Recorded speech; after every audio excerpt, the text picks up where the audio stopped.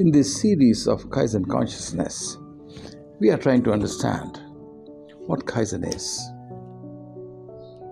and how it can be implemented. Kaizen is important. Change is important. Improvement is important. Betterment is important.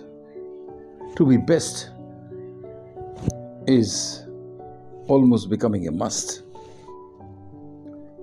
And anything and everything that we do, unless we are above ordinary, unless we aim at excellence, survival is difficult. Leadership is impossible. There are many examples, whether products or services. Customer is the king, and he decides, and his options are very clear. When competition is there, the customer is looking for the best. If you are not found to be the best, well, you will be forgotten very soon. That is the game in the market today. So, I'm sure I have made enough points for you to understand the importance in various ways of Kaizen. Let me make you understand the challenges that you will face while implementing Kaizen. Change is always followed by resistance, and this resistance is what you have to take it as a challenge. We have seen the American example recently of tariffs, how a major change, a global change that is being brought about by US government is being resisted all over the world. How share markets have reacted, how the leaders in all the countries have reacted and are reacting. On similar lines, when we try to bring in change in our organizations, there is always resistance that one can expect. And leaders have a great role to play in pursuing that change. Everybody wants to be in the comfort zone, and the moment you want to bring in change, it tries to change that comfort zone into a discomfort zone, and nobody likes that.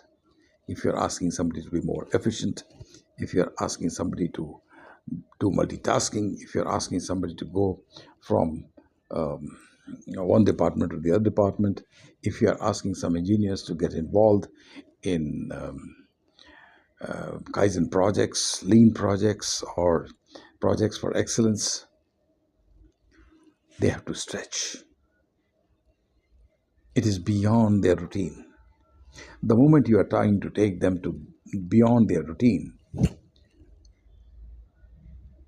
it will not be a very easy acceptance. So, we have to anticipate that there will be resistance, and we have to make a plan as to how we are going to handle this resistance that will come. That is the skill of leaders that you require for bringing in change in the organization. If you don't have that skill and the maturity, then instead of improvement, you will see a reversal, which is what has to be very, very carefully avoided. It can be a disaster. So, role of leaders become very, very important. And that's why Kaizen is a journey. It cannot be given as an injection. It has to be given as a pill. It is a pill, and it has to go slowly, step by step, small improvements, small journey makes a big journey. And you have to keep on testing the acceptability. factor. And once that happens, it gets ingrained in the DNA of the organization. Then, of course, I'm not saying this that easy, because there are many other issues which will come in, and there may be such issues which you may have to discuss openly with the stakeholders, and you will have to be very, very open-minded. Sometimes you may have to do kaizens on yourself, on your thinking process, on your own strategy making. So, what the point that I'm making in this clip is that you need to be careful while implementing Kaizen, and you have to anticipate the resistance, and how this implementation can be smoothly done is an art.